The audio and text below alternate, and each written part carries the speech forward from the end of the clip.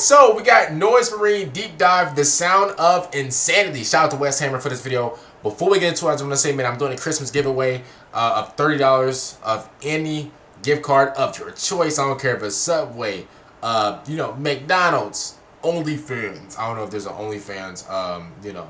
First of all, I ain't buying no OnlyFans gift card. I don't even, you know, I don't even want the bank to even look at me like, oh, he buying $30 OnlyFans. It's crazy. But other than that, just comment down below a Christmas tree emoji to be entered into the giveaway. If you have commented down below already, your name was already just marked down. You're good. You don't have to comment anymore. You can if you want to, just for engagement. But your name was already on there if you've already commented on there. I'm checking comments every single video and every single day.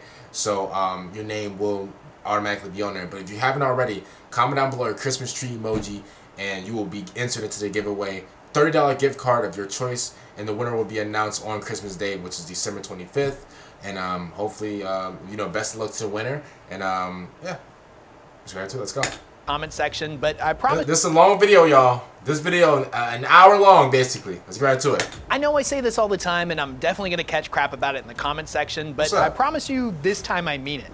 The Noise Marines are by far one of my favorite things in all of Warhammer 40K. Real quick, y'all, before we even, you know, to just rip the band-aid off. It's an hour-long video. Obviously, y'all know we gonna yap. That's the whole point of this thing. I'm gonna yap. I'm gonna talk about whatever. What else? What else should I give away? I will let the video play a little bit. It is an hour-long video, but at the same time, I will pause and give my 2 cents. So, and if there is a video that I'm gonna watch for an hour, it is a weshammer video. I mean, come on, bro. Like he's the GOAT. And I mean, honestly, how could they not be? How could you not immediately fall in love with these guys? They're what would happen if you took a coked up hair metal rocker from the 80s and turned them into a space marine. Oh, hell no. Oh, no. Oh, whoa. No, no, no, no, no. Oh, no. Boy, they taking all types of, I don't think I can say these, you know, these words on YouTube and get Ronnerized. So we just gon', you know what, they taking all type of white stuff. Yeah, bro, the opposite of Pepsi. You know what I'm talking about. The stuff that be in the pink bags. You know what? Yeah, come on, bro. Hey, don't. Oh, no. You know what I'm talking about, bro. Yeah, bro. Yes, they taking that. You know they smoking the Dut Pack. You know they smoking the Flight Reacts. You know, Dut Pack. What else? Pills. You know they you know they knocking them back easily, bro. They eating them pills like Tic Tacs, okay?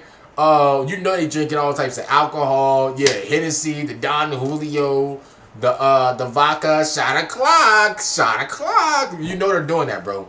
Every single thing that you guys do on the weekends, yeah. You think we didn't know that? Everything, every single drug, drink, or whatever. These guys, they're knocking it down, bro. No hesitation. They not throwing nothing up. They inhaling everything, bro. Fast. They like a vacuum. Basically, what would happen if Dr. Roxo somehow managed to get a full suit of power armor? Oh, but no. As ridiculous and bombastic as that concept is, a group of space marines that kills their enemies with the power of rock and roll, there's a lot more to them than that. And don't get me wrong, I'm a massive horror fan. I love all things spooky and grimdark. Okay. But after having spent a week diving down the Noise Marine rabbit hole in order to research this video, I gotta say, their lore is pretty f***ing disturbing. But what exactly are the Noise Marines? What are they all about? Where did they come from, and what is their purpose? All right, come on, y'all. Is a gun that literally fires projectiles made out of noise an effective weapon? And if so, what are these things truly capable of? What's the story behind that one crazy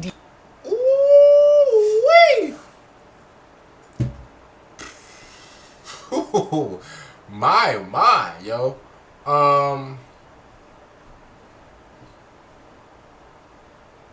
What y'all looking at? Yeah, I'm asking, what you looking at, yo? Eyes up here. I'm up here, yo. I'm talking up here. Top left corner. What? Why are you looking at the middle of your screen? You ain't looking at weshammer. So what you looking at, bro? I caught you, didn't I? It's okay. Us men, bro, listen. Us men, some men get carried away. Obviously, bro, y'all know me. I can never get caught. Like if I'm with a girl, or whatever, and I'm trying to, like, you know, really, like, you know, spectate what's really going on, bro. I'm looking straight in her eyes or nothing, bro. I'm not looking at nothing else, bro. I'm really a gentleman for real, but A lot of people don't, they don't know that. They don't really know that, like, whenever I'm interested in the woman that I really like, bro, like, I really be standing to her eyes. Like, I really want her to be my lover for real. Like, if that makes sense. Like, I'm not one of the disrespectful dudes that just be looking at the girls, areas and stuff like that. That could never be me. Never, ever in my life. What was y'all looking at, Demonic concert that caused everyone in attendance to go batshit insane and was supposedly part of their origin. And most importantly, do they actually fight with guitars? Is that a real thing? Because there seems to be a disconnect between the artwork and the models in the tabletop. I mean, he got smacked by a couple guitars. Y'all see bro in the back? Yo, he...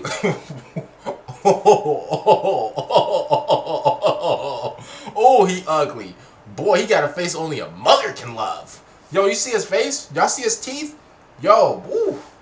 Bro, he need to go to Beverly Hills ASAP. Yo, they'll give him a smooth denture. Yo, he'll get the he'll have the Steve Harvey joint. He'll have the Steve Harvey set of teeth. Well, today we're going to be getting to the bottom of that and a whole lot more. But before we get started, you may have noticed there's no sponsor on this video. And that's because I'm doing it. I'm sponsoring my own video. Okay. And that's because I just launched my very own merch store. And to celebrate... Hey, even though this video was 2 years ago, Weshammer's the boy, so we're going to let him get his bag off. I commissioned... But real quick, y'all, let me say this real quick. Yo, like I said before, comment down below, man, doing a Christmas giveaway. This is my first ever giveaway. I wanted to do more, but at the same time, I was like, yo, you know what? Let's just do 30, our first time. This is my first time ever doing a giveaway. I'm pretty sure there's way better effective ways to do it. It's just I wanted to just put my own spin around it. Obviously, it's Christmas time, so I definitely wanted to, give back to you guys, man. The fact that you guys been watching me, from January to now, it's crazy. Thank y'all so much for all the support. I went through a lot of soul searching this year. I went through a lot of just a lot of things this year. It's probably the best year of my life, Not YouTube wise, but not viewership wise, but bro, this year has been actually no, viewership wise has been the best year ever too, but personally it's been like the best years ever too, bro. Just just finding God and stuff like that, bro, and just find that I got like a loyal audience. So that really means a lot. And let's get back to the video. Let's dive headfirst into the grimdark. Within the grim darkness of the 42nd millennium, there is perhaps none that better stand as a testament to the corrupting power of chaos, more so than the Noise Marines, depraved and decadent warriors that fight in the name of Slaanesh, the Dark Prince of Pleasure. Individuals will become corrupted beyond mortal comprehension. Ugh. Ew. How do they even, like, this is so freaky, bro. Like, how do you even get like this? Respectfully, bro. Like, the face isn't... Bro. Man, Slaanesh done turned these boys out. Like I said, I'm not going to really go... it's a 55-minute video. Sorry, 56-minute video. I ain't going to pause it too much, but at the same time, I got to get my ish off. This is really crazy, bro. Honestly. And they got guitar... This guitar do look hard. Bro, the guitar got a Glock with the switch on it. Bro, the guitar got a Glock with the extended mag on it. Y'all see it? This is diabolical. And take a perverse delight in slaughter. Everything about them is designed to invoke the extreme, from their armor that is often saturated in conflicting patterns of sickeningly bright colors, to their terrifying self-inflicted mutilations that can range from mouths that have been replaced with Vox speakers, eyes that have been permanently stitched open, or ears that have been augmented to amplify the volume of everything they hear to mind-shattering levels. They are as ludicrous as they are horrifying to behold. These are individuals that are so addicted to excess that they can only register sensation when it is pushed to its most extreme. Yo, so like, they gotta actually have, like, y'all, this isn't, I told y'all this before, like, bro, it's really crazy how, and some people in real life have this, y'all. Obviously, some people in real life, they don't look like this. They don't look so down bad like this, but like Weshammer just said, bro, they don't feel the pleasure unless it's pushed to like its absolute limit, bro. I feel like a lot of people, especially like, I feel like it's growing too. Like a lot of people, bro, who go out to clubs and, and I'm not trying to shame the club culture or whatever, but a lot of people who go out and, take all these drugs or whatever, or who drink all these drinks, or who, get with this many girls or whatever. And this is for men and women too. This ain't just for women or whatever. This is for men and women. A lot of people who do this, bro, like, they do this so much that it's not satisfying to them anymore. So now they have to do something else to get that edge off. Now they have to take this drug to feel something. Now they have to sleep with this many people to feel something. Bro, that's legit like just let's just move, you know, God out of it, right? Obviously, like, it's that, all that stuff takes away from the soul. Like, doing those drugs, drinking all those drinks, fornicating with that many people, it hurts the soul. But let's just take that out of it, just because, right? Just in case somebody try to be like, oh, well, no, well, I'm not really religious and I don't feel that. No. Let's just take God out of it. Right? Let's take Jesus out of it, right? Let's take the soul out of it. Even if you take the soul out of it, y'all, your brain, chemically, your brain will get used to all this. After you do this so many times, your brain will, it's not like, you know, this person's doing this once every year. No, bro, they're doing this every single day. They're doing diabolical freaky-ish every single day. Bro, when your brain gets repetitive at it, your brain's like, okay, well, this isn't satisfying for me anymore. Now they gotta go deeper. Yeah. Now they gotta take this many drugs. Now they gotta go, you know, instead of going crazy with one girl, they need 5 girls now. Instead of, bro, like, instead of having 5 girls, now they gotta watch somebody else do it to their girl. Yeah, bro. I know, bro. Listen, I know y'all think that I'm just making up ish. This is the truth. Why y'all think some of these, you know, why y'all think some of these dudes that have already experienced everything, why y'all think they into some weird ish? A lot of these dudes with money, they've already experienced everything. And I'm not saying that people with money are bad. No, there's a lot of amazing people with money. Bro, rich people aren't bad. I'm just trying to say a lot of people who do have money, whatever, who do just throw money at everything, bro, like, they tend to experience everything because they have the money to experience everything. And so now they're kind of tapped out of life because they've experienced everything, and their brain is like, yo, we're looking for something else. We're itching for something else. Like, we need something. We need to go more extreme to feel something in our brain. And that's your brain. That's just chemically. I'm not even talking about the soul part, how soulless that'll make you feel, because obviously a lot of these activities will make you soulless, bro. You going out there going crazy with a bunch of girls, that will make you soulless, bro. No, bro, I'm not lying to you. Ask any man here, bro. Listen, I already know, bro. My community, we get girls. Bro, we get girls like that. My community get those girls. Ask everybody in the comments. Bro, after a while, you sit down, you're like, dang, man, what's the point of all this? You know, like, what's the point of getting a girl's number and then going crazy with her? You know, decimating the cheeks. And then the next day before, whatever, you block her or she block you. And then at the end of the day, like, it's not even like, what's the point? You start to, like, question everything, you know? Then with the whole alcohol and drugs thing, bro, that can physically destroy your body. Let's take the mental thing out. Bro, those drugs and those pills, bro, that can legit physically destroy your inside of your body. Kidney failures, liver failure, bro, like. And so I'm not saying this to judge anybody. No. I'm not, bro. It's like I'm telling y'all this because I've seen this happen to me in real time. Not that I was doing any of these drugs, whatever, but I think like on for the girl part, yes. But for the drugs and the pills and all that, I never took that. I was scared to take those. Bro, to this day, I'm scared to take that. To this day, I'm scared to take the you know, the Perkies and the opposite of Pepsis and I'm scared to drink, y'all. I am. Like, I'm scared to, because I don't know what that's gonna make me become, bro. Like, I don't want to, like, because when you drink, bro, that legit makes you become something else. I've seen it. I've seen people who drink, bro, and it legit, I feel like it brings out the worst version of who you are.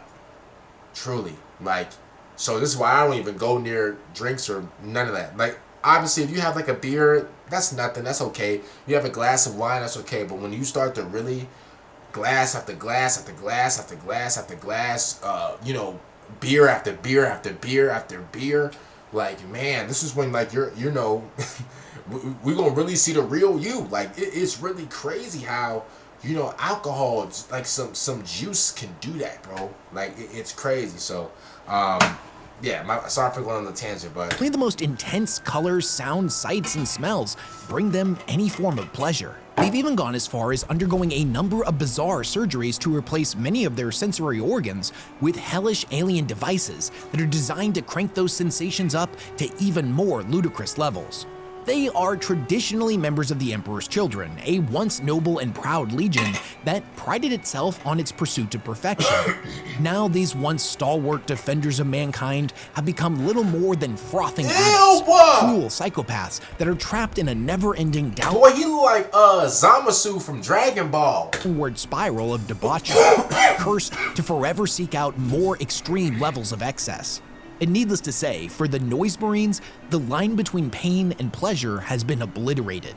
To them, art is only beautiful when it is physically painful to look at, music only pleasurable when its volume causes blood to leak from your ears, and war only worth fighting when its victims are subjected to incalculable levels of exquisite suffering.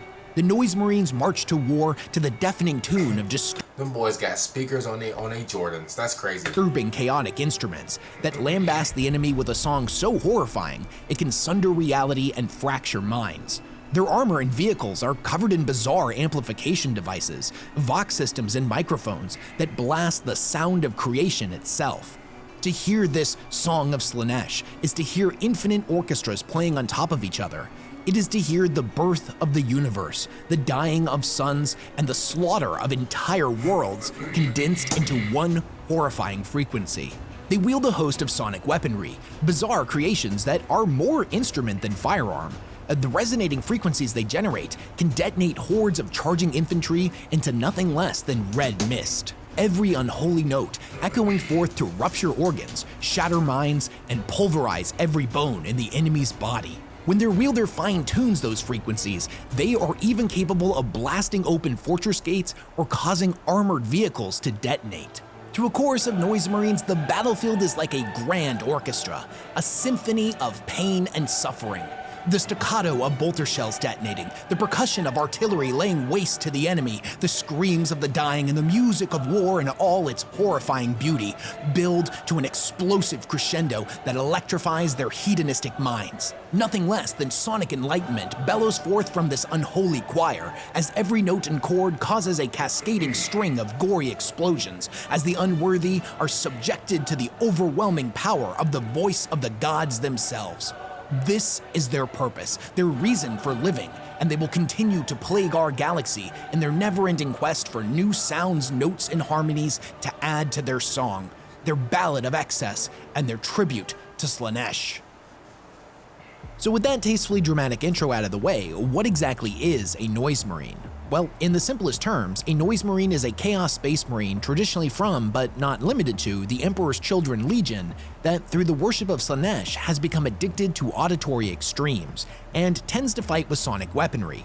They are sickening and grotesque figures that exist as a combination of warp-born mutation and experimental surgery that is designed to allow the Marine to experience sensations on vastly more extreme levels than their loyalist counterparts. It should be noted that all followers of Slaanesh are addicted to extreme levels of excess in one way, shape, or form, be that food, drugs, sex, violence, or any of the other infinite vices that plague humanity. Bro, like, respectfully, I know this entire space right here, bro, smell like bounce that booty, bro.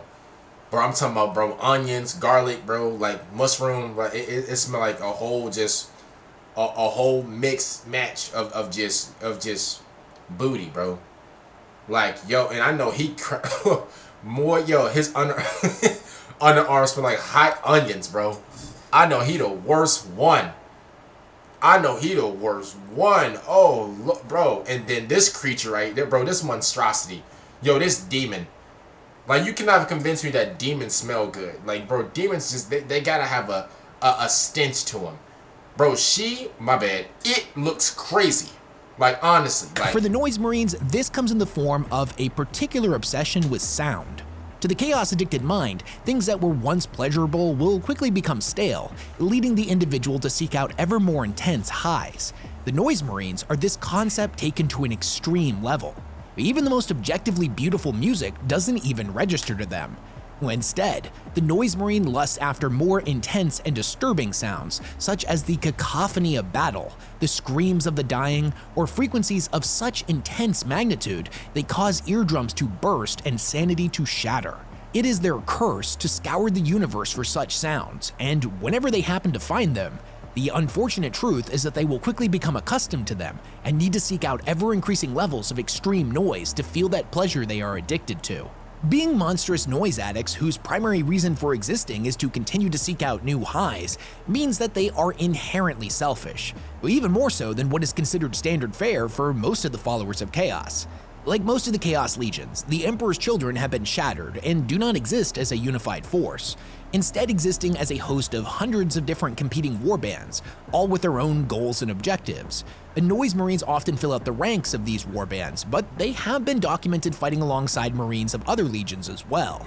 The only commonality amongst all of them is that they are worshippers of Slaanesh and only Slaanesh. You're never going to see bro, okay. Y'all correct me if I'm wrong, bro. I keep hearing about Slaanesh being the prince, which is a dude. I keep hearing about Slaanesh being the prince of whatever, of pleasure or whatever. Yo, hey, y'all correct me if I'm wrong, and I don't want to get at no other community or nothing, you know. But like, bro, this is like a Paris runway model or something like that. There's no way this is a prince. Respectfully, y'all, don't please, bro. Listen, listen. If you over here, I'm gonna keep it real for what it is, and I'm gonna just keep it real. This ain't no prince. This is not a prince at all, bro. We need to stop giving Slaanesh that name. Talking about some prince of pleasure. No.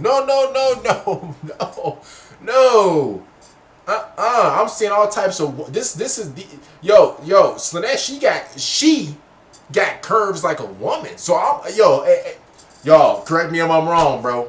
Yo, listen, let me know if I'm wrong, because this right here look like Slaanesh's. This right here look like Slaanesh's top 3. Yeah, I said it, y'all. Slaanesh look top 3, and she's definitely not 3. She's up there. Nurgle, khorne, or tzeentch Noise Marine, but honestly, that would probably be pretty cool. I wonder what that would even look like. Most of the time when you see them acting as a singular force, they are normally pursuing some bizarre esoteric objective deemed important only by the Noise Marines. Or more commonly, they are acting as a type of mercenary group, following a particularly arrogant or foolish warlord that believes that they can control them. Normally, the warlord in question has managed to procure their services by promising them some form of auditory compensation. This can come in the form of promising them a piece of ancient xenos archaeotech, whose process of operation creates a horrific audio byproduct that the Noise Marines find particularly pleasing, or, as is more often the case, is simply the promise of a particularly loud and bombastic battle.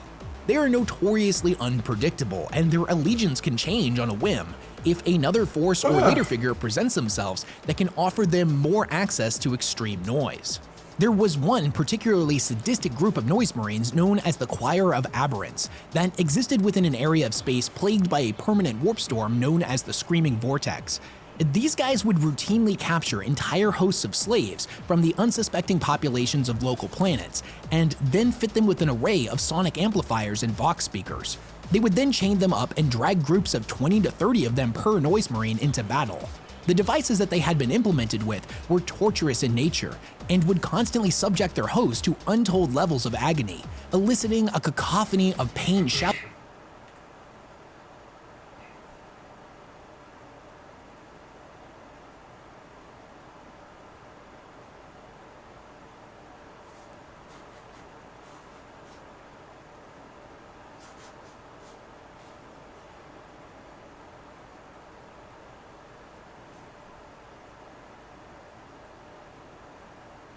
Let me just say this, right?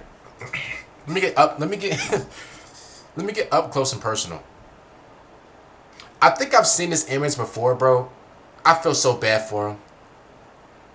He probably thought, oh well, you know, Slaanesh, she about to go crazy on me. I didn't give her 2.7. You said 2.7, yeah, 2.7. I didn't give her 2.7 million dollars. You know, like I'm about to decimate everything. You know, we about to go round after round after round like Mike Tyson. We about to go crazy.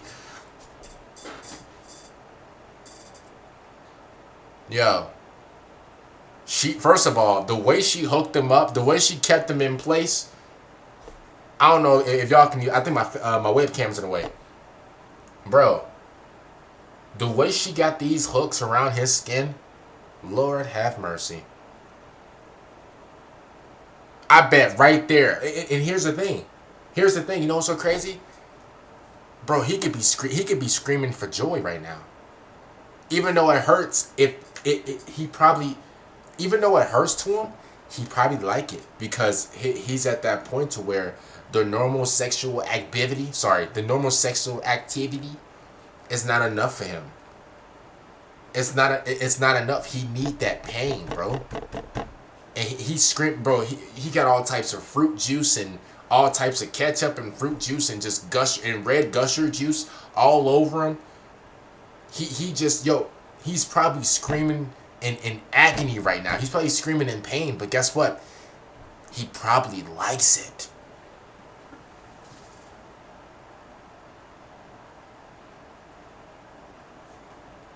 Subject their host to untold levels of agony, eliciting a cacophony of pain shouts and cries that would then be amplified 100-fold through the Vox systems to skull-shattering levels of intensity. The choir's suffering not only excited the Noise Marines into a battle-ready fugue state, but their dreadful music was also used as a devastating weapon. Because they exist in such a fractured state and their interests are so varied, it's difficult to nail down any form of commonplace tactics that the Noise Marines tend to use. Some of them prefer utilizing fast-moving vehicles, bikes, or jump packs, their addiction to battle compelling them to get to the killing as fast as possible. Whereas others may prefer the good old-fashioned ground-pounding approach, savoring every exhilarating, murderous step they take towards their quarry. The slow, mounting dread of their approach and the anticipation of the coming slaughter being something that must be savored to be truly appreciated. After all, a delight postponed is a delight doubled. Their bodies have mutated in such a way that makes each and every one of them a particularly frightening combatant, as well as a tactical asset if they can be controlled. First and foremost, they are ridiculously durable, as every wound that is inflicted upon them is viewed as a gift. I was just about to say, bro, they like it. Bro, you can hit these dudes with a nasty, like, Bruce Lee combo. These boys smiling from ear to ear like the Grinch on Christmas. Bro, these boys rubbing their hands together like Birdman. They love it, bro. What are you duh, we knew that one. Yo, Wes, we knew that one, bro. We knew that they love this pain, bro. There's people in real life who like that. They like when they get punched in the... Bro, there's some women who like that, y'all. Ain't that crazy? There's some girls who can just... Who get slumped. I'm talking about Conor McGregor. Yo, and they love it.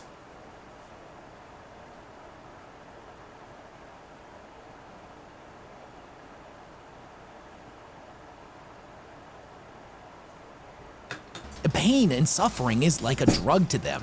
It electrifies their senses in a way reminiscent of the constant flow of narcotics and combat stems that are continuously being pumped into their bloodstream through a delivery system built into their armor.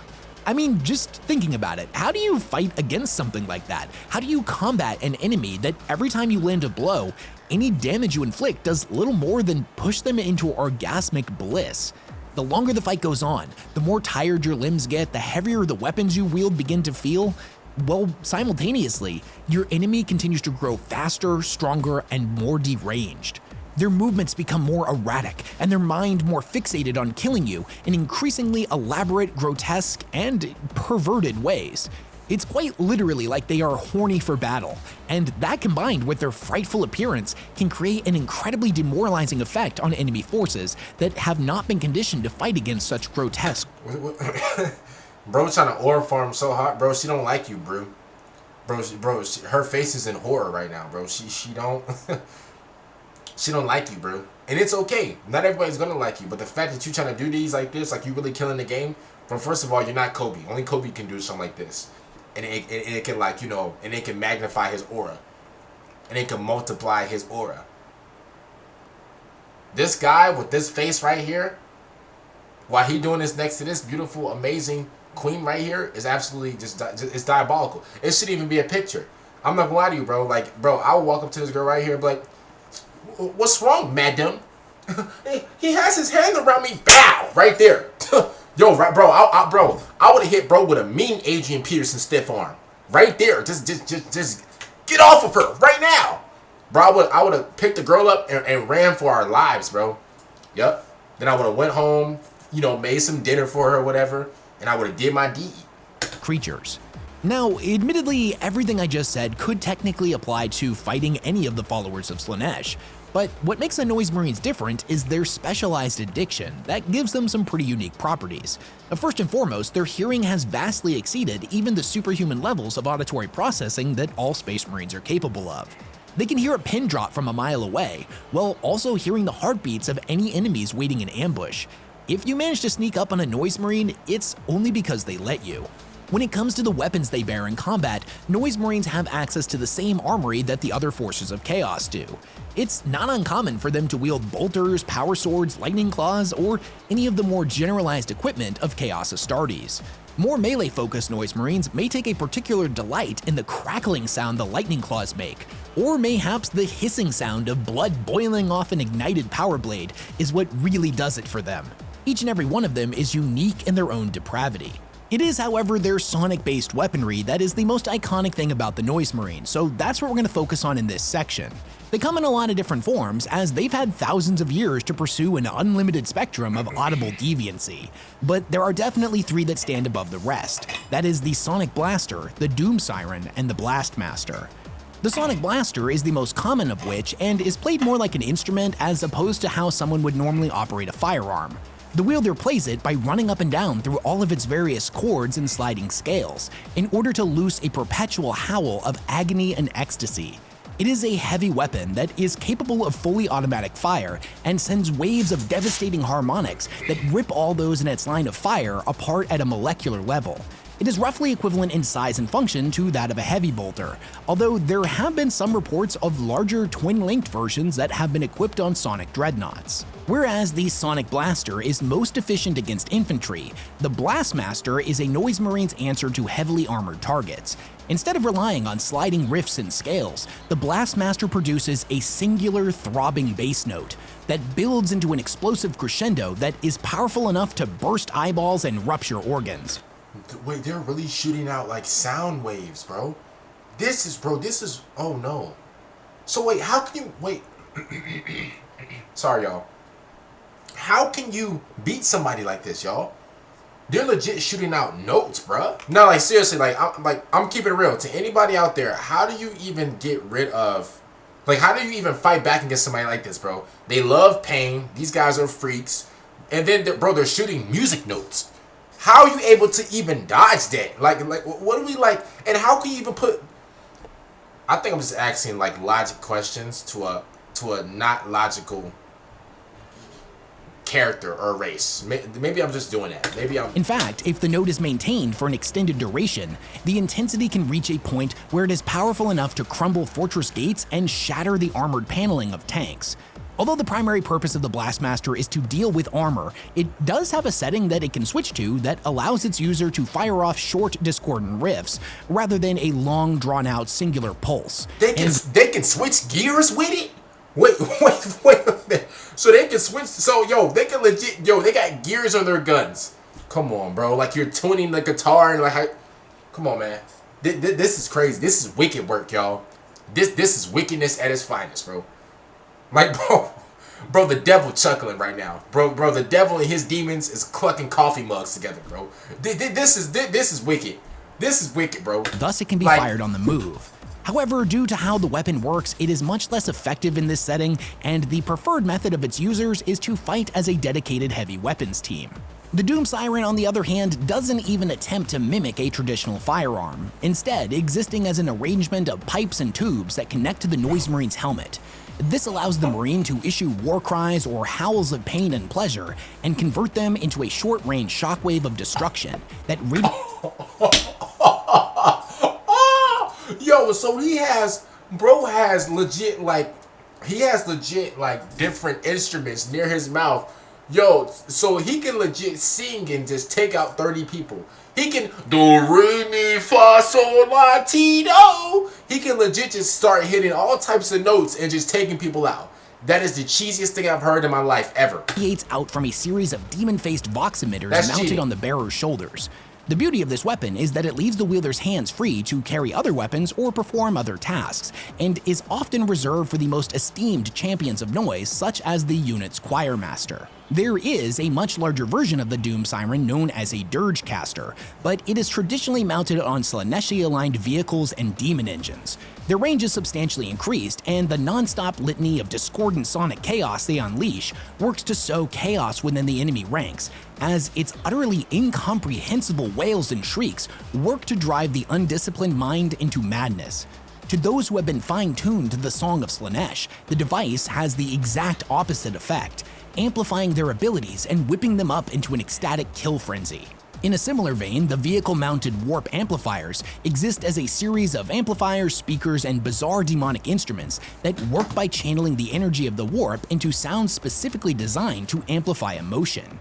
The closer the enemy gets to the vehicle, the weaker their morale becomes. Eventually, minds break and sanity fractures, as weak-willed individuals are forced to give in to their darkest temptations.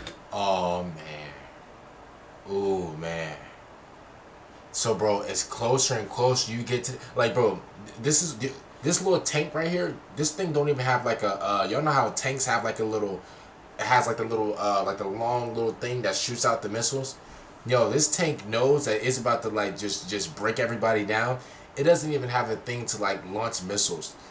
All it needs is that little thing to where it drives people insane, and that's all it needs. That's it. Often becoming hostile to their own allies. This keeps the vehicle and all allied infantry in its vicinity safe from incoming assaults. The thing to understand about a Noise Marine's ability and weapons is that their damage is as much physical as it is psychic in nature. Thus, cover is all but useless against them. The target doesn't even need to technically be able to hear it, and they've even been documented as being able to work within the vacuum of space. There's a great depiction of what the Noise Marines and their sonic weaponry is capable of in the novel The Path of Heaven by Chris Wright, wherein a cacophony of early Noise Marines are deployed against the White Scars. Purple and gold warriors strode from the heart of the unnatural storm, moving purposefully and without haste, slowly fanning out, making no attempt to avoid the ranks of armor, grinding their way to their positions. The newcomers bore the ancient livery of Chemos. Did he just say purple and gold?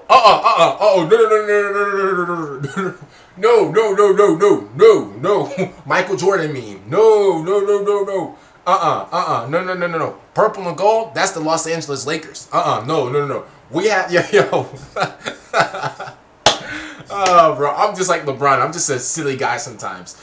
Listen, let me just say this thing real quick. Yo, me, LeBron, Luka, Austin Reeves, and like the rest of the Lakers, we have nothing to do with these guys right here. These guys are crazy people. Like me and the other Lakers, but I just got to actually, as a matter of fact, yo, I just got done talking to JJ Redick 2 weeks ago. So like, it's not even like, I'm on the team. When I say we, that means I'm legit on the team. But never mind that. I don't have to, prove that I'm on the team. Just watch my last game. I dropped 30 points. It's crazy because this says purple and gold. First of all, we are the only faction or team in the entire nation that has purple and gold. Everybody else, I mean, that purple and gold stuff, it like, as soon as I saw that, I was like, wait a minute, is he talking about the Los Angeles Lakers? Like, what is he talking about? But the purple and gold Warriors, yo, let's keep it real for what it is, bro. Like, these guys, they don't count. These guys are not warriors. These guys are deviants. These guys are, they're just nasty nuisances. That's what they are, okay? Let's not ever give these guys, don't even link what they got with what we got, okay?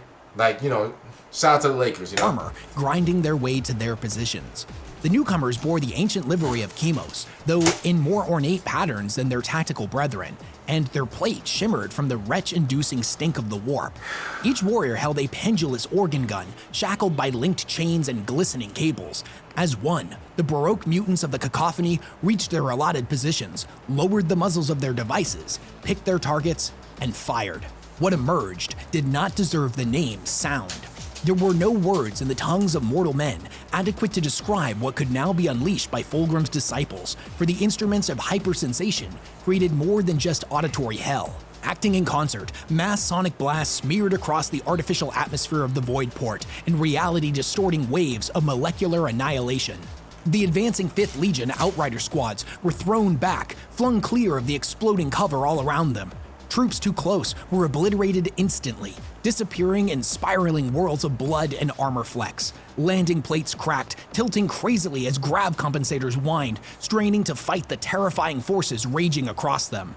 Advancing armor formations shuddered to a halt, lodging amid what shelter remained and launching everything they had at the cacophony spearhead. The second wave tactical squads advanced behind the uncertain tank cover, their helms automatically dampening the mutilating levels of distortion washing over the battlefield.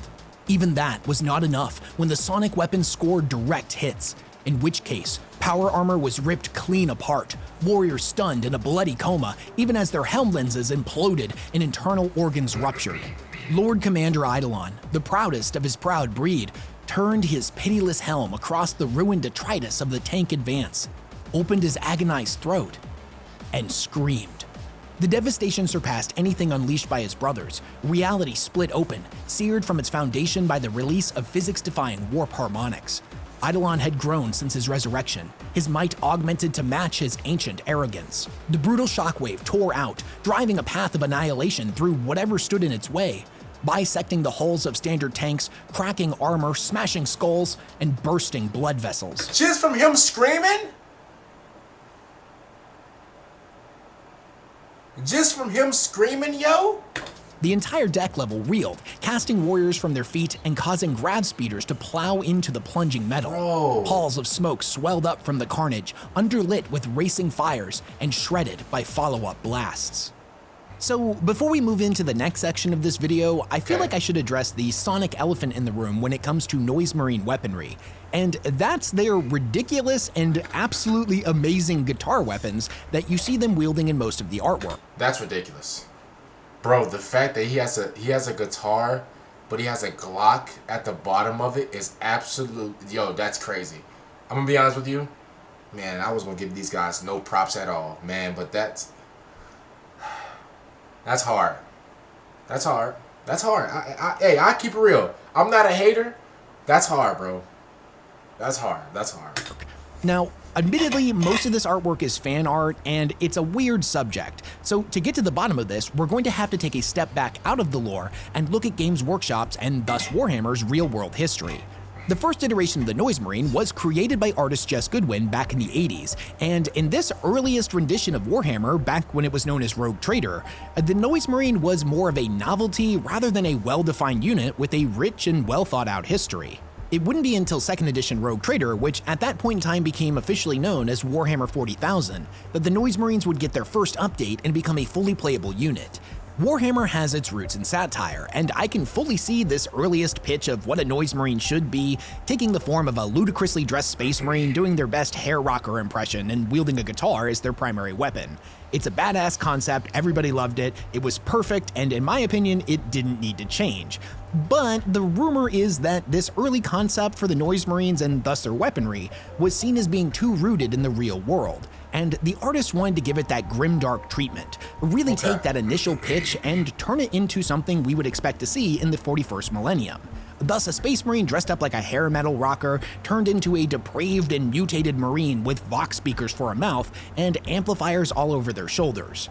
Whereas the guitar itself became more alien, demonic, and was something that was clearly meant to be a weapon, while still maintaining some of those classically defined instrument-like features. Honestly, the change to their weapons stands as a really good example of the overall grim darkening of the setting as we moved from the carefree early days of Warhammer into its more modern interpretation. However, if you want my more meta take on it, I'm pretty confident the shift in design is strongly correlated with musical tastes and aesthetics changing in the real world. Remember, when they were first designed in the 80s, this was the peak of glam metal's popularity. Thus, it makes sense that that aesthetic would have served as a source of inspiration to the artists. Then, as glam metal started to die off and we moved into the 90s, 2000s, 2010s, and beyond, the coked up big hair rocker motif would gradually give way to a more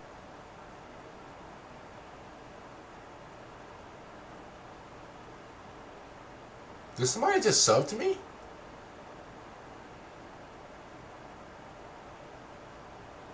Hold up. Did I just get a sub live?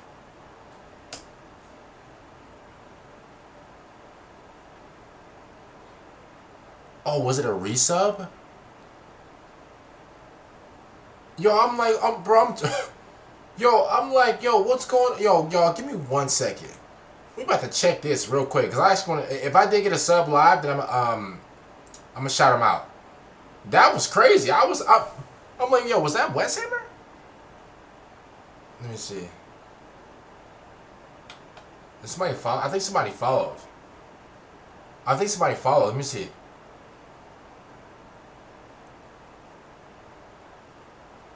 What was that sound?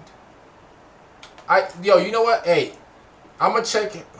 Let me see. Hold on. Yo, I thought that I got.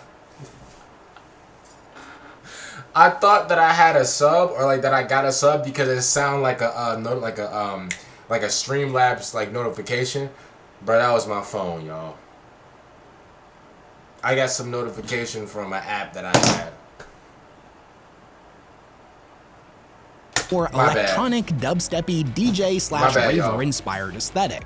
However, as we move through yet another cycle of nostalgia, large sections of the fanbase have been feeling pretty nostalgic for those early days, and it wouldn't take Games Workshop long to notice.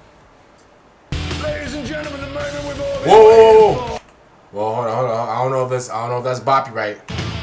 Whoa, hold up. We're gonna mute the music, y'all. We're gonna mute that music. I don't know if it's.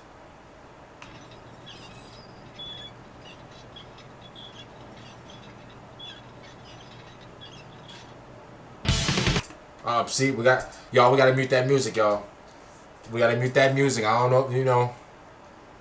I know. I'm sorry, y'all. I'm sorry. I just gotta say, this is by far one of my favorite models that Games Workshop has ever produced. And I know I'm not alone in that, as a lot of old school Warhammer fans and newcomers alike really wish they would bring back the classic guitar-shaped sonic blasters. Considering that this model ended up selling really well, and in the recently released Magic the Gathering Commander decks, the Noise Marine card is depicting a Noise Marine using the old school guitar sonic blaster, which, side note, I'm pretty confident this is the only official artwork depicting sonic blasters that look like this that's come out in multiple decades. I'm pretty confident the people at Games Workshop are aware of the original design's popularity. Now, as of the time of recording this video, we just got the complete overhaul of the World Eaters last year, and the rumor is that the Emperor's Children are next in line for the same treatment. So who knows, maybe Games Workshop will end up bringing the guitars back. I, for one, certainly hope that they do. Regardless of what form of weaponry the Noise Marine chooses to utilize or what role they play in the battlefield, facing such an abomination is a truly terrifying concept. But they weren't always like this. They weren't always these hedonistic noise addicts. As I mentioned previously, the Emperor's Children were some of the most honorable astartes that ever fought under the Emperor's banners. How did they fall so far? How did they become something so awful? What the hell happened to them? Well, the origins of the Noise Marines can trace themselves back to the Horus heresy, and although that's not very surprising, as a pretty large amount of things involving Chaos Space Marines can, what you may not know is that their creation was due in part to a very unlikely person, a mortal woman, a remembrancer known as Bekwa Kinska. Uh-oh.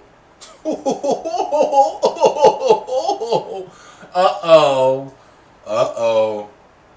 Ooh, and I'm not gonna lie to you, like, y'all know, bro, we love women over here, bro. Like, you know, shout out to my, 4% women that watch me. Shout out to y'all. I'm gonna keep it real, though. This girl, her eyes is she's giving me the heebie-jeebies. I don't know. It's something about, like, you ever look at somebody and they look like, they look eerie. They look scary. Not in a sense of like, oh, like they're wearing scary things, but like you ever look at their eyes and like, I don't know, like her eyes look scary to me. I'm gonna be honest with you, like she's giving me goosebumps. Like I don't want to be around her. Like I'm not gonna lie to her. Like I want to play the video. 10,000 years ago, the Remembrancers were kind of like wartime journalists, mortal men and women that were sent to accompany the Space Marines during the Great Crusade. Their primary job was to document the Space Marines. We got a brother? Wow! Yo, look at Keyshawn. Yo, look at the Quavius out there writing. Okay, let's go. Okay, Tyrone. Journey and achievements, preserving them for future generations. The Emperor's children being a legion that prided themselves on perfection in all things, and who were all trained artists, musicians, or poets in their own right, selected Remembrancers with particularly profound artistic ability, seeing the need for not just written reports of the Crusade's accomplishments, but also artistic expressions through painting, sculpture, theater, or, in the case of Bekwa Kinska, music. Bekwa herself was a former child prodigy that was born in the hives of Europa. She would eventually travel to Terra and train within its academies, even at one point studying in the, at the time, newly established Conservatoire de Musique. As a savant of music, there was little the professors were able to teach her that she didn't already know, and by the time she was an adult, she was a woman with an enormous ego and an incredibly high opinion of herself. But in fairness, this was well-deserved, as she was extremely successful and talented. She was somebody that the Primarch— Whoa. Why are we moving on from her picture? Like, can we just dissect everything first? Like, come on, yo. Like, wait, yo, Wes, Wes, you in a rush or something? Like, let's calm down, yo. I can get lost in her eyes, y'all. I want the money in the car, the closet and clothes. I suppose I just wanna be successful. As she was extremely successful and talented. She was somebody that the Primarch Fulgrim himself, a demigod and perfection-given form, was particularly impressed by. She claimed that she wasn't at all surprised when the request came for her to accompany the Phoenician and his emperor's children, and she was all too happy to go. By this point, she believed Terra had nothing left to offer her. She had sampled every carnal and narcotic pleasure that her money could buy, and everything had grown stale. The idea of setting off to explore the galaxy was something new and intriguing. But she didn't come over here, though.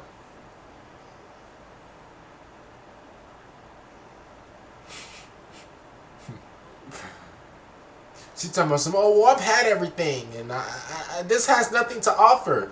You didn't come over to my neck of the woods.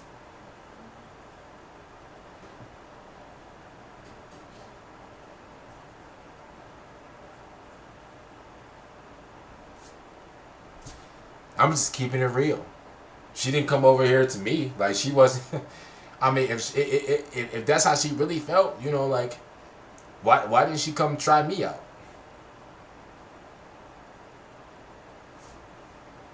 And for a long time, everything was. It was new and wondrous, and being surrounded by other Remembrancers, each an insanely talented artist in their own right, was an exhilarating experience.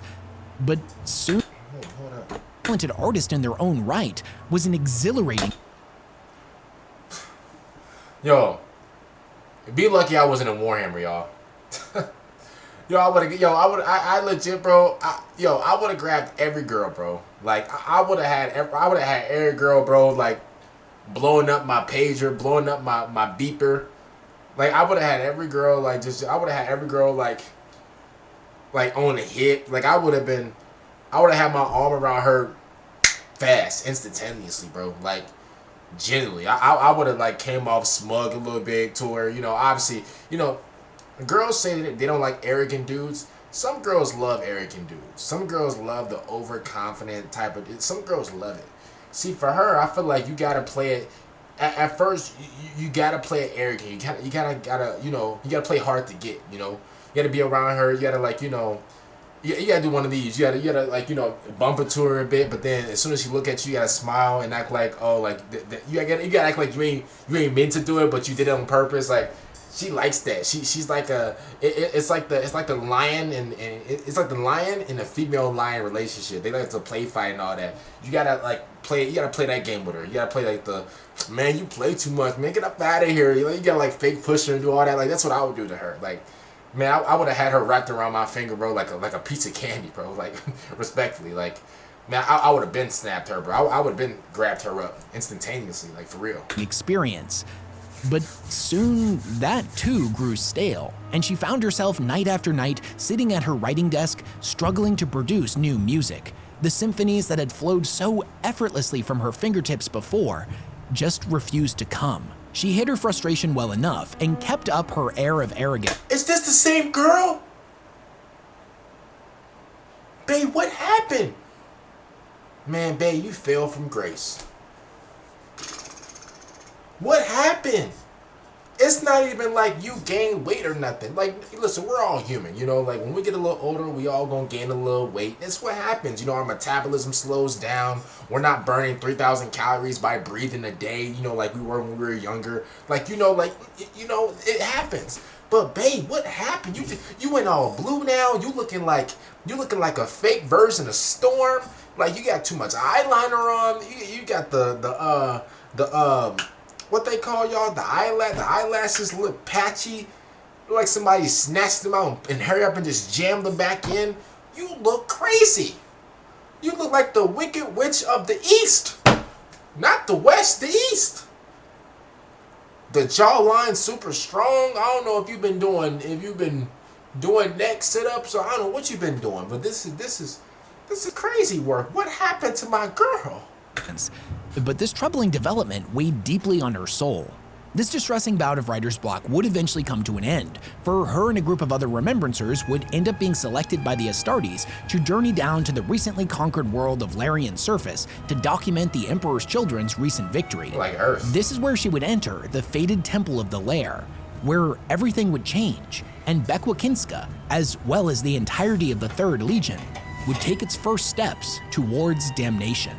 In truth, the temple had already been secured by the Emperor's Children in the previous battle, and it is where Fulgrim found a particularly disturbing artifact known as the Lair Blade. One of the Marines in the novel Fulgrim tries to explain to another one who hadn't been there just how uncanny and bizarre the experience of entering the temple really was. It was unlike anything he had ever experienced, and as disturbing as the trip had been, he continuously found himself finding reasons to go back, accompanying the Remembrancers for protection being one such excuse. The snake-like Larian people had fought ferociously to defend the temple, and more so than any of their other settlements. It was like it wasn't just a place of worship to them, more like they were enthralled to it. The temple was a monument to excess. It was filled with intoxicating musks and aromas that ignited the senses, blazing lights and colors that leapt from wall to wall, and riotous noise that echoed in deafening thunder. The lair inside didn't even fight back against the invading Marines. Hell, it was like they barely even noticed them. They were too fixated on their undulating hedonism. The interior of the temple was filled with monstrous bull-faced statues that the Space Marines assumed to have been the lair's gods. And the entire act of just being there, existing inside of this impossible place, was a profoundly exhilarating and disturbing experience. This looks like hell. This legit looks like, this looks like purgatory. Like this looks evil. Like this looks scary. Like this looks like, this looks like I shouldn't be here. It was like the temple was more than just a construct of stone and polished marble. It was like it was alive. Later on, when Bekwa and the other Remembrancers were permitted to enter, she found herself moved to tears by the experience. The noise of the temple to her was like a symphony unlike any music in existence. She was completely in the throes of rapture by it, and had experienced a sudden, jarring spiritual awakening. Through tear-filled eyes, she turned to the Primarch and told him that she would recreate it, that she would distill its essence into something beautiful, a masterpiece in his name. Over the next several months, Bekwa would spend every waking moment frantically trying to recreate the sounds of the temple. She seemed wild and unkept, a far cry from the arrogant and boastful composer the Remembrancers had grown to know. Her peers documented that she was smiling while she worked, but there was clearly something manic about her frantic scribbling. The mania that had begun to sink its roots into her. Well, I thought that was her.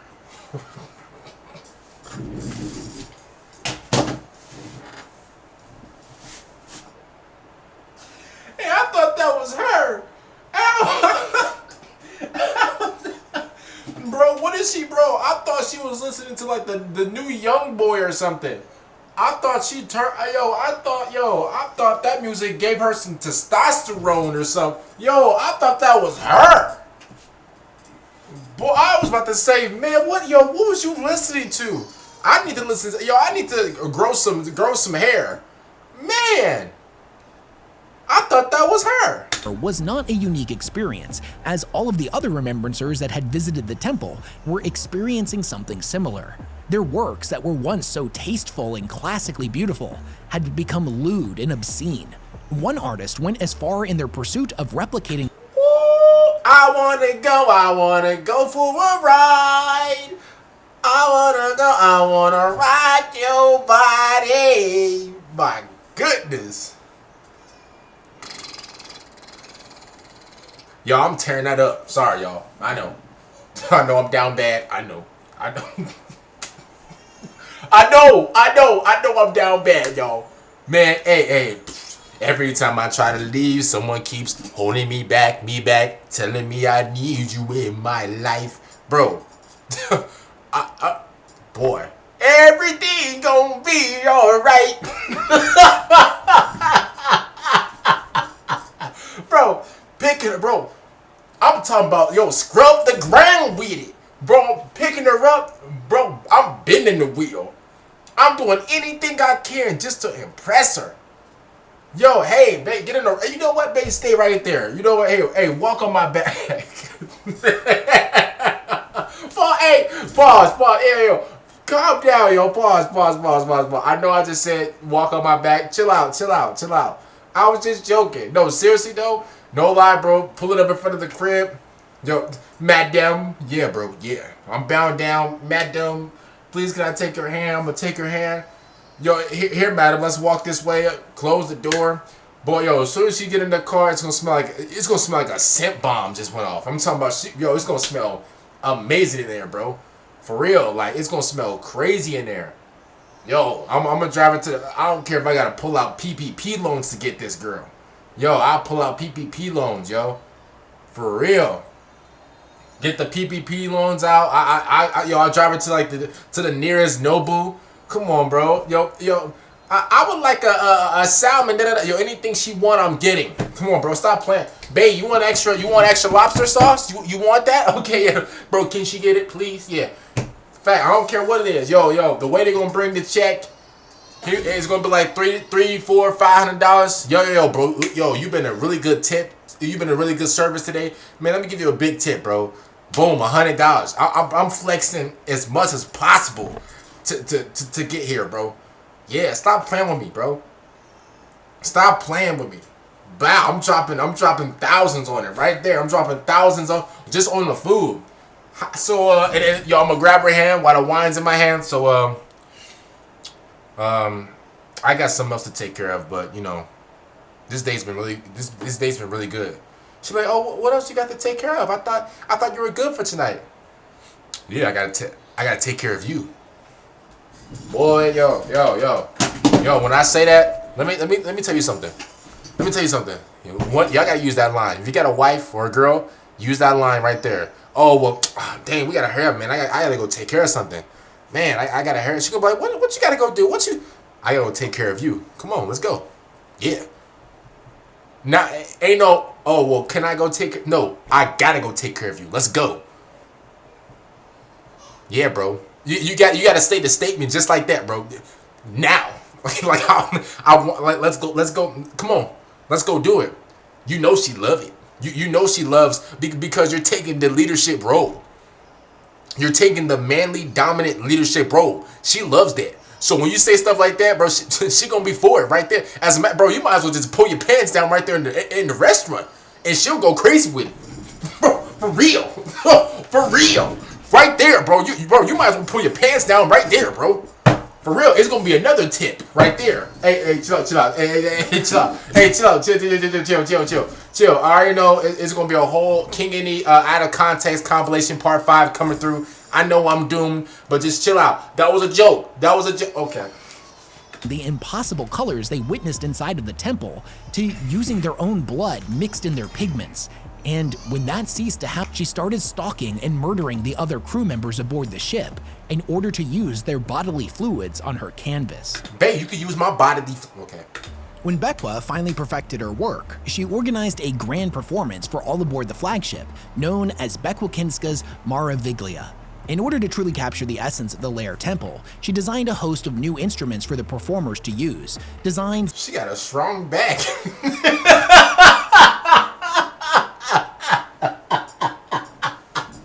Hey, her back's strong, boy. She got that Brock Lesnar back. Boy, she ain't. My goodness. Boy, her back's super strong. Boy, she got that Kid Gohan back. My that came goodness. to her in the fever dreams of her Back mania. stupid They were strong. frankly frightening to look at and resembled the Space Marines' bolt weapons more so than any orchestral instrument. They were monstrously oversized, covered in horns that resembled missile tubes, and had bizarrely crafted stringed mechanisms with long necks like a rifle. The Remembrancers that were to assist in the performance spent many days and nights rehearsing and preparing La Fenice, the area of the ship dedicated to the Remembrancers that took the form of a massive repurposed theater, embellishing it with lavish decor. It was kind of like watching a bunch of highly creative maniacs put on a show. Every frantic bout of creativity any one of them had was immediately implemented, and even Fulgrim himself spent a great amount of time in this area of the ship, offering his insight. Eventually, the night of the performance came, and the theater filled with Space Marines, Remembrancers, accompanying nobles, and crew men and women from all over. And nearly the entire population of the ship was in attendance, including the Primarch himself. This is a passage from the novel Fulgrim that covers the concert in great detail. It's told through the eyes of Julius, the first captain of the Emperor's Children, and a man who deeply appreciated music.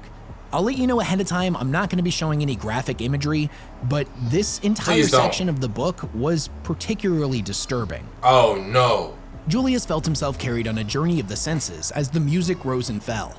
Emotions he had never experienced plucked from the depths of his soul and brought joyously to the fore as the crashing beats and wild, skirling tunes wound their way through the audience. He wanted to laugh and then cry, and then he felt a terrible anger build, before it bled away and a great melancholy settled upon him. Within moments, the music had torn that loose, and a soaring elation asserted itself with the utmost lucidity and force, as though all that had gone before was merely the prelude to some grand design yet to be unveiled. Bekwa Kinska thrashed like a lunatic atop her conductor's podium, jabbing and slashing the air with her baton, her hair a wild comet of blue as it whipped around her head. Julius tore his eyes from the magnificent sight of her and looked out over the audience to witness its reaction to this sublime, raucous music. He saw faces wrapped in stunned disbelief, eyes wide as the power and majesty of the dissonant sounds penetrated every skull and spoke to every soul of the sensations evoked. But boy, so people actually sat there and listened to that ish? What? Not every member of the audience appeared to appreciate the wonder of what they were privileged to witness, and Julius saw many with their hands clamped over their ears in the throes of agony as the music swelled once more. Julius caught the sight of the slender figure of Evander Tobias in the audience, and his anger grew as he watched the ungrateful wretch lead a group of his fellow scriveners through the crowd towards the exit. Scuffles broke out, and the recalcitrant archivist and his fellows were attacked, fist pummeling them to the ground, where they were kicked and beaten. Without a pause, the audience returned its attention to the stage, and Julius felt a fierce pride swell in his breast as he watched a heavy boot crunch down on Tobias's skull. None remarked upon the sudden bloody violence, as if it had been the most natural reaction, but Julius could see the bloodlust spread through the audience like a virus or the shock wave of a detonation. The music swept onward, rising and sweeping around La Fenice like a whirlwind, until at last it reached the thunderous crescendo of its climax, whereupon the curtain rose in a flurry of dramatic and spectacular sensations. The interior of the Lair Temple had been recreated in painstaking detail, its eye-watering colors and dimensions faithfully recreated by the artists and sculptors who had walked within its magnificence. Vivid lights flashed around the theater, and Julius felt a momentary disorientation as more music blasted from the orchestra, a new piece with darker overtones and an aching sense of imminent tragedy. So that's okay. Yo, it don't matter. Yo, see, I got an answer for everything. That's okay, bro. Cause no lie, bro. When we're together, bro, when we're really just finessing our way through, you know, when we really, having our time together, if you know what I mean, bro, I could just have earplugs on. Like, come on, yo, like, there's nothing that you could, like, come on, bro. Like, I have an answer for everything, y'all. Like, first of all, that's crazy. By the way, that sounds scary, to be real. But at the same time, I'll keep it real for what it is. I'ma still rock those little earplugs. So the effect was immediately obvious, and a shudder of pleasure rippled through the audience as the powerful notes flowed into and through them. Julius forced himself to look away from the stage, enthralled and terrified by what he was seeing and hearing. What manner of being could hear music of such terrible power and retain his sanity? Man was not meant to listen to this, the birthing cry of a beautiful and terrible god, as it forced its way into existence. Eidolon and Marius were as ensnared by the spectacle of the Maraviglia as he was, pinned to their seats in rapture. The jaws of both warriors were locked open, as though they entertained the idea of joining with Coraline in song. But there was panic in their eyes, as their mouths stretched wide in silent screams, bones cracking as they distended like a snake about to devour its prey. Hideous, soundless shrieks issued from their throats, and Julius forced himself to look at Fulgrim for fear that he might strike down his friends in his fugue state. Fulgrim gripped the edge of the Phoenician's nest, leaning forward as though forcing passage through a powerful wind. His hair writhed around his head, and his dark eyes burned with a violet fire as he reveled in the cacophony. What is happening? Cried Julius, his voice swept up and becoming part of the music. Fulgrim turned his dark eyes upon him, and Julius cried out as he saw an age of darkness within them, galaxies and stars wheeling in their depths as unknown power flowed through him. It's beautiful.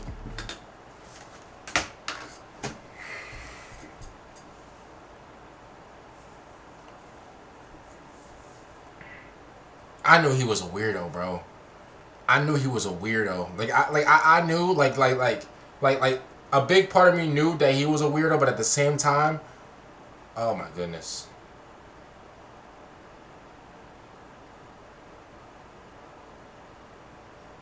What are you talking about? It's beautiful. It's not beautiful. It's not beautiful when I look like these. It's not beautiful.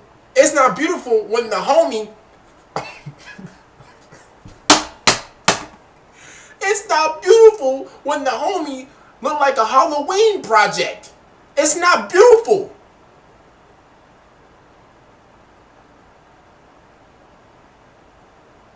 It's not beautiful when bro look like Toy Story After Dark. It's not beautiful. Talking about some whispering to himself, it's beautiful. What? What's beautiful? Everybody turning each other out. Pause. But everybody turning each other out? That's beautiful? Talking about some it's beautiful. Man, get... Bro. Bro's a Hall of Fame weirdo. As he propelled himself from his seat and fell to his knees at the edge of the box. Horus spoke of power, but I never imagined. This nigga, yo, he fell to his knees, y'all. He fell to his knees. Bro, the level of glaze is crazy. Get up off your knees, bro. You really that out of words to where you fell to your knees? Bro. Yo, let me, you know what? Bro fell to his knees, y'all. Like, bro, the only time I'm going on my knees, bro, is for Jesus, or to get on one knee for a wife. Like, what are we talking about, bro? Julius watched in wonder, realizing that he could actually see the Sopranos music as it reached out into the audience. Sopranos! Amongst them like a living thing. Their shrieks and cries penetrated the fog of music that writhed in his brain, and he saw all manner of horrors enacted throughout the audience as friends turned and fought each other with fist and teeth. Some audience members fell upon one another with a carnal lust, and the heaving crowd soon resembled a great wounded beast, convulsing in agonized throes of death and desire. Nor was it simply the mortals who were affected. The Astartes, too, were swept up in the surging power generated by the Maraviglia. Blood was spilled as the emotions of the Astartes were overloaded with sensational excess, and revented in the only way men bred as warriors knew how. An orgy of killing spread from the stage, blood running in rivers as the power of the music thundered through La Fenice. Lights blazed around the theater, flowing from the orchestra pit like liquid, the greasy electrical fire lifting from the bizarre instruments and achieving physicality as they became liquid serpents of myriad colors. Madness and excess followed the light, and all those it touched gave themselves over to the wildest, darkest delights of their inner psyches. The orchestra played as though their limbs were not their own, their faces twisted in horrified rictus masks, and their hands frenziedly dancing across their instruments with violent life. The music held them in its grip, and it was not about to let any weakness on the part of its creators deny its existence. Julius heard notes of agony enter Coraline's voice and managed to lift his eyes to the stage. Whoa. Who's this? Coraline. This is Coraline? And she looks like Carolina. She looks like California. Shining like those New York lights on Broadway. This is Coraline? And she makes me feel like home's not so far away. Where the prima donna danced in a wild, exuberant ballet as the chorister screamed an unnatural counterpoint. Her limbs snapped and twisted in a manner that no human limb was designed to, and he could hear the cracking of her bones as it became part of the million melodies filling the theater. He could see that she was dead, her eyes lifeless, every bone in her body turned to powder. And yet the song poured from her still. The madness and frenzy engulfing La Fenice soared to new heights of excess as all flesh was infected with the maelstrom of sights and sounds coming from the stage. Julius watched as the Astartes clubbed mortals to death with their fists and drank their blood or ate their flesh, scarring their skin with the broken bones and draping the torn skin of their victims about them like grisly shawls. Vast orgies of mortals shuddered on the blood-slicked paraquet as the living and the dead became vessels for the dark energies pouring into the world. Every violation imaginable, willingly inflicted. At the center of the madness, Bekwa Kinska conducted the chaos with a delirious smile of triumph plastered across her face. Eventually, the unspeakable debauchery within the theater reaches a breaking point and rips a hole between universes. Demonettes of Slaanesh begin to materialize within the theater, inside of and reanimating the corpses of the dead. They slaughter the rest of the musicians, including Bekwa herself, before loosing themselves into the audience.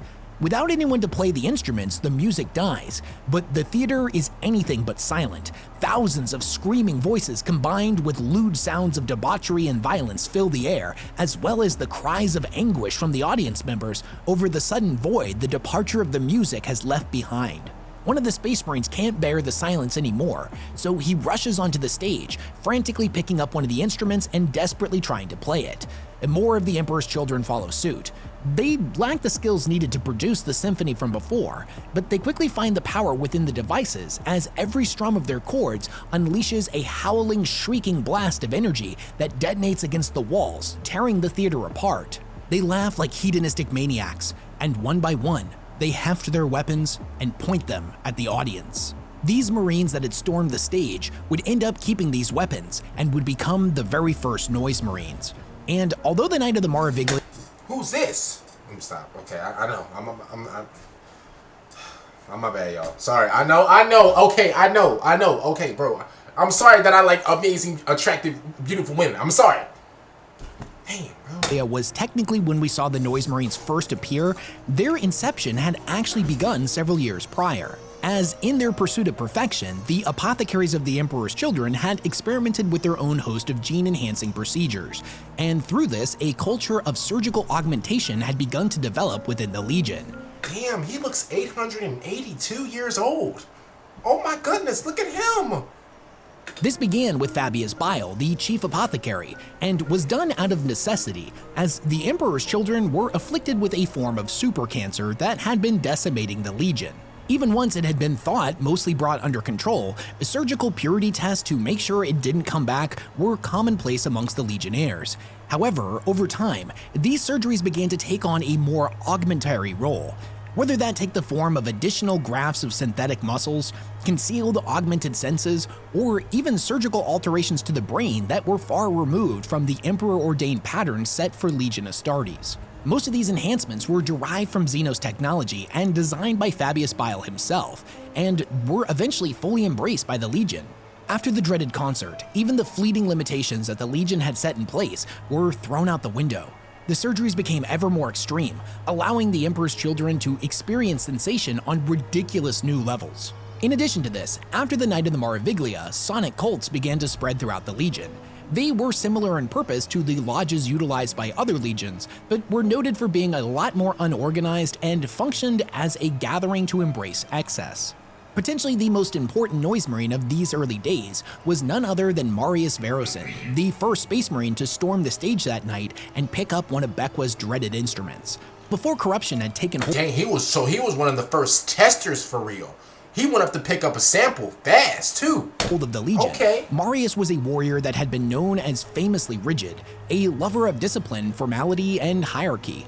Now, however, he had become a deranged psychopath that wore the skins of the victims of the concert from spikes on his armor, a man who had sliced off his own ears and whose lower jaw was unhinged like a snake and pulled back in a permanent rictus smile. He and the other Marines that claimed these weapons were organized into a new unit known as the Cacophony, and their first documented deployment was— Yeah, this should be known as the Ugly, cause them boys is ugly. Oh my goodness. Boy, hey, respectfully, bro. Hey, let's go back. Ooh. Ooh. Oh my lord. During the drop site massacre, although at this point in time, they were not hideous, really a disciplined fighting force, and based on the account presented in the novel Fulgrim, it's as if they brought these experimental weapons to battle because it seemed like it would be a fun thing to do. These weapons were untuned and unpredictable, and presented a threat not just to the target, but to the wielder as well. Additionally, although mutation had taken root within the Emperor's children and was slowly starting to change them, the wielders of Bequa's instruments had the process of corruption greatly accelerated because of their constant exposure to the warping energies that their new weapons emanated. In the first half of this video, we discussed pretty extensively what the Noise Marines are all about in the 41st and 42nd millennium.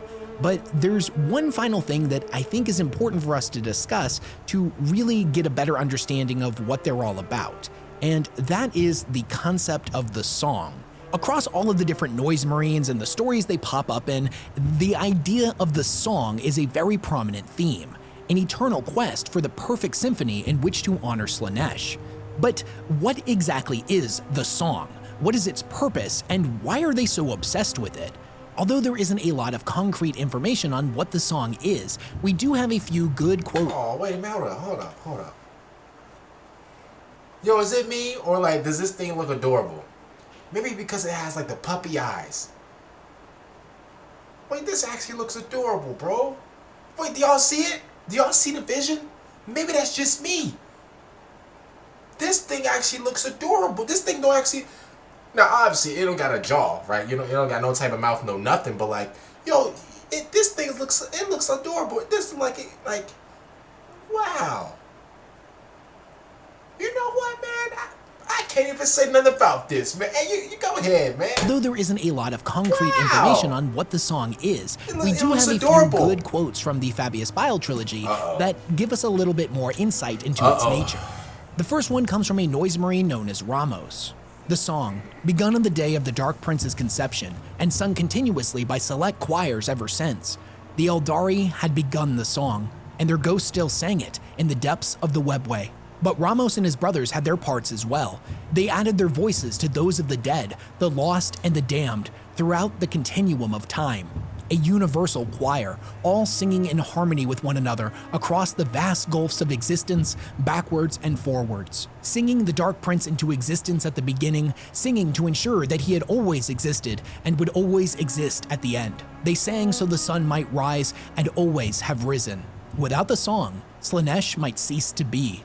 And without Slaanesh, the song would never have been. Ramos could not conceive of such an absence, and his mind shied away from the enormity of it. Without the song, he would never have cracked the lunar gate. Without the song, Fulgrim would never have picked up the Lair blade. The next passage I want to share with you actually comes from the first book in the Fabius Bile trilogy, wherein we see Fabius go to acquire the assistance of a group of noise marines for an upcoming assault on an Eldar craft world. Hey, Fabius, bro, he might be the biggest finesser of all time. Yo, Fabius, bro, he will use anybody. He will use anybody, bro. Like, it's crazy because, and you gotta respect it. He's such a grinder, bro. You know what? I know a lot. You know what? Maybe I think my heart's changing, y'all. Obviously, bro, I used to roast this man's. Bro, I used to just make fun of his entire image. I used to clown this man 24/7. You know what I'm gonna say about this entire thing, yo? Yo, shout out to Fabius Bile, bro. He's a grinder. He don't give up. Bro, do not give up. And that's something that I respect out of anybody. Except the enemy. Except the enemy. Except the devil. Come on, bro. I owe him combos. That's the only person that I don't respect that don't give up. I don't respect him. Other than that, yo, Fabius Bile, I'm going to be honest with you, bro. Respect, bro. Because you don't give up. I respect it. To Fabius' surprise, he recognizes many of them, individuals that he had personally augmented during the Horus heresy. And it's kind of a bittersweet reunion, because as evil as Fabius Bile is, he does have this paternal affection for all of his creation. Damn, what happened? Boy, what? Boy? Yo, he must have had, like, he must have spent the week with, like, his BM or something like that. There's no, yo, he looks so old right here, bro. Yo, y'all ever watch Gotham? And like the last season when you have Bruce Wayne versus the Joker, and like it's like the last form of like the Joker, and like, you know, the Joker barely had hair and stuff like that. I love Gotham, bro. Oh my goodness, I love Gotham. I will legit sit here, bro. Like I could watch Gotham. I could watch like season after season after season of Gotham. I love that show. I love it. So these noise marines included. Only a noise marine would think such shrieking was a song. The song. The only song, Slaanesh's song, the birth song, the death song. We seek its notes in the black. The perfect note. You over here glazing notes and stuff. Bro, get your life together. You gave me a voice, Chief Apothecary. For that, I thank you. The other noise... You need to give that voice back. Your voice too raspy. Tell me something. He gave you a voice. Give the voice back. Noise marines raised their instruments and loosed a melancholy wail. The song of Slaanesh calls to us, and we to it. But we cannot reach it. Do you hear the song, Chief Apothecary? It is so beautiful. It's trash. It shakes the roots of all that is, and makes gods weep in desperation. It is a birth song and a death song. It is the song whose melody lulls suns to eternal slumber, and whose reverberations crack the crust of 1,000 moons. We can perceive it but dimly, and it hurts us so. So let's talk a bit about this, and I want to start by saying that I do firmly believe that the Song of Slaanesh is a real thing, a psychic resonance that the Noise Marines are capable of perceiving in-universe, something that began with the Eldari, and whose legacy is upheld by the Noise Marines. But I think there's more to it than that. On one hand, I believe the song exists as a literary metaphor for excess, obsession, and addiction. In a sense, it's a metaphor for Slaanesh themselves. The Song of Slaanesh is Slaanesh. Every one of the infinite notes and chords within the song has a correlating addiction in the physical universe, all weaving together to give birth to and maintain the Chaos God of Excess. One of these notes, and it's a very important one to the story of the Emperor's children in the Noise Marines, is the complete obsession with being perfect, and the damage that path can do to us. Oh my goodness. Oh my God. Oh my Lord. Woo!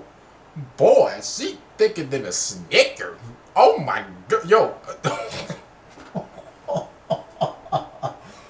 Oh. What? I'm being real. Y'all was looking at her too. Us, both physically, mentally, and spiritually. So I want to talk a bit more about that here, but know going into this next section that you could honestly replace the pursuit of perfection with Do bro got two chits? any other obsession or addiction, as they all exist as lyrics within the Song of Slaanesh. Let me start this by saying that there is a fundamental difference between trying to improve in any given category or subject and the obsession with perfection. Perfection doesn't exist. It isn't real. It is a myth. It is an idealized state that has the potential only to limit us by believing in it. We have no idea what perfection even looks like. We can only tell what it is not by pointing out the flaws in things that are objectively not perfect. Yet, despite this, perfection is something that many will endlessly pursue to their own detriment. Additionally, to me, the constant seeking out of new notes, symphonies, and melodies to add to the song is much like how people who seek perfection in real life are never able to achieve it. They're only able to add a little bit more to what it might possibly be. Perfection is something that is built upon the foundation of those who came before, never to be realized by those in the present, and will continue to be sought after endlessly by all those to come in the future. True. The Noise Marines also mentioned that their dim perception of the song is hurting them, but they can't stop. They have to keep going. Much like how an artist in pursuit of perfection may not be able to see the beauty and value of their creations, as they can only fixate on what is wrong with them. Thus, they are propelled down an endless spiral, chasing after perfection to the detriment of their own mental and often physical well-being. And speaking of the pursuit of perfection... Hey, bro, weshammer dropping bars right now, bro. He dropping heat. There's actually a really interesting moment in the novel Fulgrim that takes place after he has given himself over to Slaanesh, even if he doesn't fully realize that that's what's happened yet. In this scene, he has become jealous of the talents of one of the remembrancers and tries to craft the perfect sculpture. And by all accounts, he succeeds. The marble statue is perfect. It's absolutely flawless in every way. It's so perfect and so flawless that it's soulless. The flaws were what made the work interesting and meaningful in the first place. The chip in the marble where the sculptor got too overzealous with their chiseling, the odd section where they messed up and had to work around a piece that broke off, incorporating the flaw itself into the work. These are the elements that created the story of the work, gave it meaning, and in a sense, brought it to life. What Fulgrim had created was alien and cold and completely lifeless. It was objective. It's kind of like AI, in a way. I feel like AI is in the same thing. This is why AI will never be, no matter what happens and no matter what it is, AI will. I can never see. People are afraid of like AI replacing humans or whatever.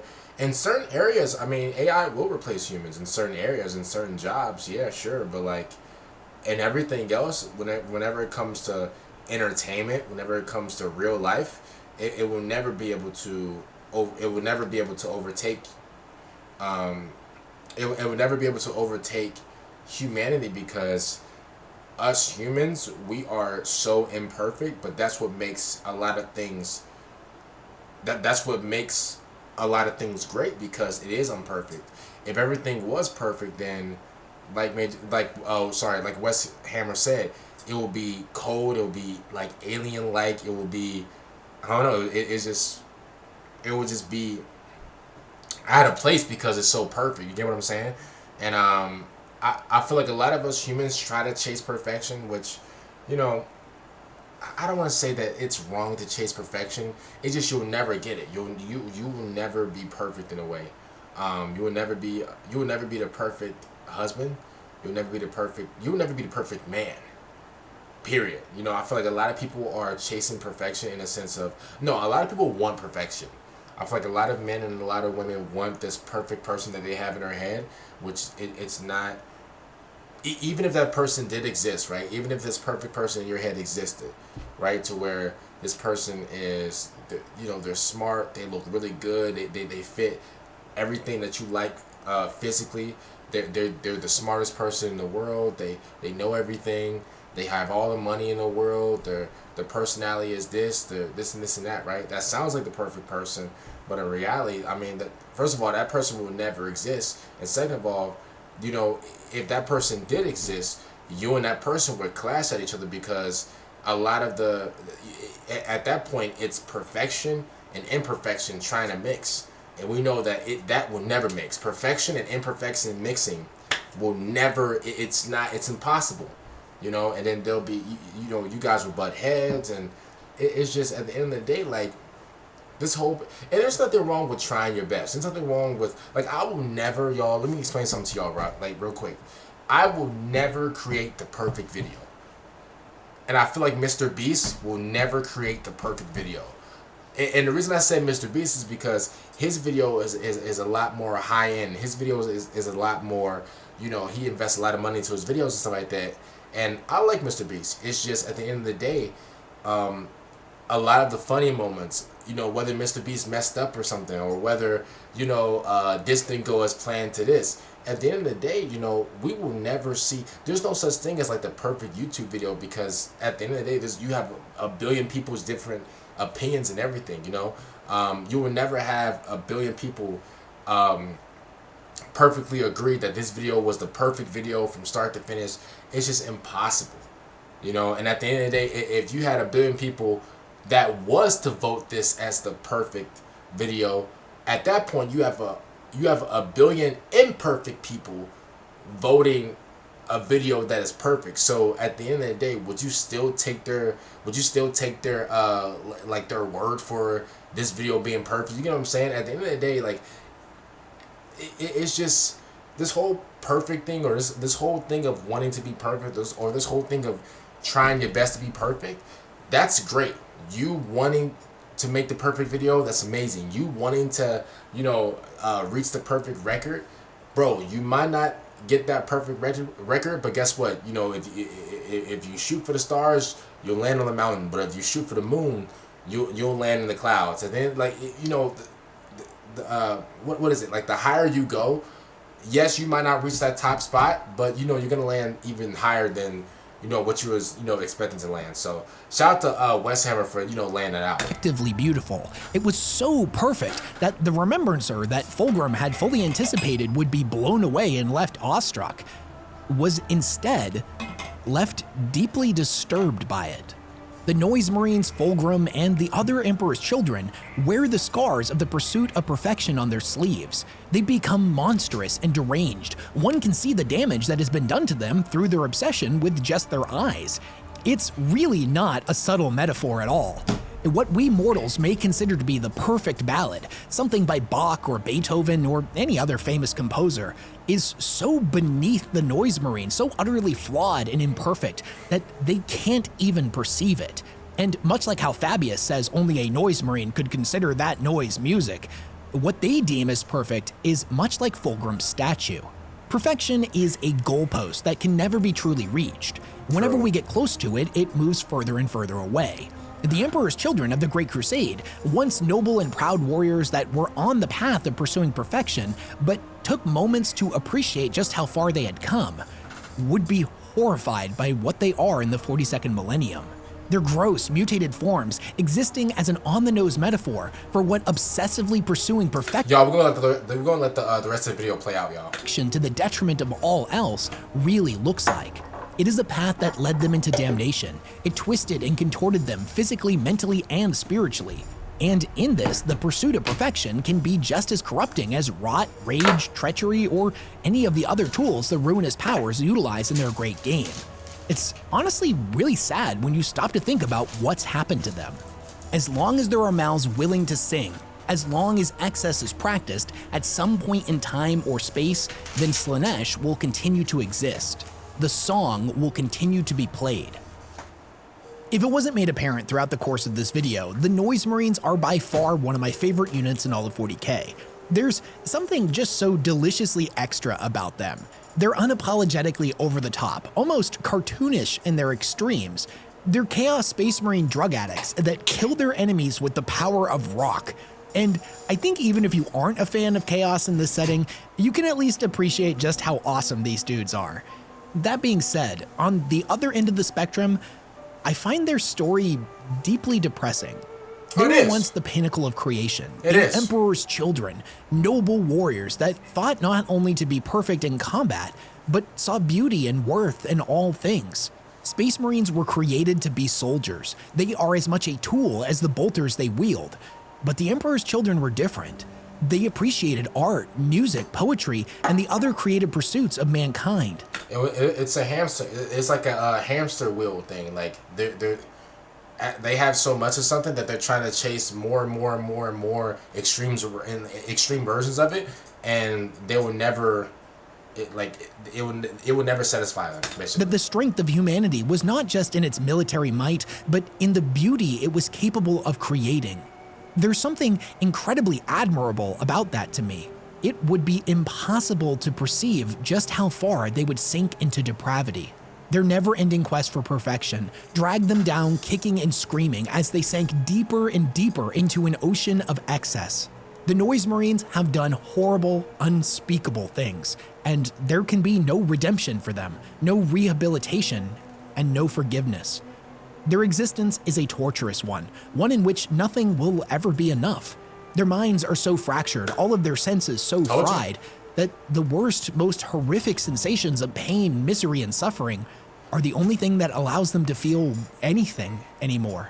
The only thing that reminds them that they're still alive, that they exist. It's the pain. None of that matters, for they know what their purpose truly is, and why they continue to cling to what the ignorant would see as a meaningless hedonistic existence. They are the divine instruments of Slaanesh, the choir masters and conductors of the universe, the voice of chaos itself. So long as they draw breath, as long as they continue on their never-ending pursuit of perfection, no matter how much it hurts them, they will continue to give voice to the voiceless, form to the formless, and meaning to the divine symphony of the universe. They will continue to sing the song of birth and death, of creation and destruction, the song of Slaanesh. At least, this is what they have deluded themselves. Ain't nobody bumping that track either. I'm not bumping that track. I want to close this video out with one final passage from Primogenitor, a scene after I read it, I couldn't stop thinking about it for weeks. The Noise Marine that we spoke about earlier in the video, the one who Fabius recognized and who told him of the song, has signed up for a mission that only he can accomplish. But he knows it will be the end of him. He willingly sacrifices himself, allowing his body to be plugged directly into the heart of their ship in order to turn the entire vessel into an amplification device for his song. He does this in order to protect everyone within the fleet, his singing masking their presence as they move in to attack an Eldar craft. Yo, if I'm swaying side to side, I gotta use the bathroom bad. That's why I'm swaying side to side. The act is ultimately successful, and his singing so intense and beautiful that it even manages to draw an entire choir of demonettes to his side that add their voice to his song. These were his final moments, as the flames at the heart of the ship began to consume him. His brothers would stride forth, their instruments raised, and carry the song into the very heart of the enemy. They would make the very Wraithbone weep for the beauty of it, and they would teach the faithless Eldar new ways to shout and revel and kill. His part in the song was coming to an end, but it would never die. He would go out like a light, but the song would roll on, gaining in strength. It would envelop the galaxy, and all would know the divine joys of Slaanesh's favor. A kernel of pain flared within him, growing stronger. His singing began to falter. He was truly alone now, beyond all redemption and recrimination. Armor plates peeled away from his disintegrating limbs, his cracking torso, his deflating skull. The demonettes faded away, trailing their claws across his armor in bittersweet farewell, or perhaps in acknowledgement of a life well lived and a song well sung. Elian Pakrides, once a sergeant of the 9th Company, crumbled away as the war began. Damn. But the song of destruction rolled on, only growing stronger. Yo, amazing video from Made to Kill Man. Oh my God. Yo, weshammer, don't beat me up, please. I gotta use the bathroom. That's why I'm trying to rush out this outro. Hopefully you guys enjoyed my reaction, y'all. Thank y'all so much for all the support. I really appreciate it. I gotta go to the bathroom, y'all. Thank y'all so much for yo, make sure you guys comment down below a Christmas tree for the Christmas giveaway. And other than that, peace out, everybody.